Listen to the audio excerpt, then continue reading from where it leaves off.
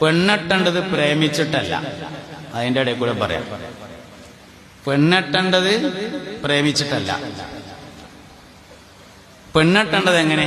പെണ്ണെട്ടേണ്ടത് സമയാവുമ്പോ മാതാപിതാക്കൾ അന്വേഷിച്ച് കണ്ടെത്തുന്നത്. ഇഷ്ടമുണ്ടെങ്കിൽ കെട്ടിയാൽ മതി, അത് വേറെ കാര്യം.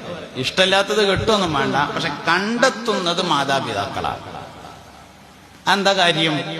അങ്ങനെ കണ്ടെത്താൻ കഴിയുള്ളൂ എന്നുള്ളതാണ്. കാരണം വിവാഹപ്രായമാകുമ്പോൾ പുരുഷന് ചില ദൗർബല്യങ്ങൾ ഉണ്ടായിരിക്കും. അതോ അവന്റെ വാപ്പാക്കും മക്കും ഉണ്ടാവില്ല ആ ദൗർബല്യം. അതുകൊണ്ട് കണ്ടെത്താൻ കഴിയുന്നത് അവർക്കാണ്. ഓന് ഇഷ്ടപ്പെട്ടെങ്കിൽ കെട്ടിയാൽ മതി എന്നുള്ളതാണ്. അതുകൊണ്ട് കെട്ടിക്കേണ്ടതും പ്രേമിച്ചിട്ടല്ല, കെട്ടേണ്ടതും പ്രേമിച്ചിട്ടല്ല.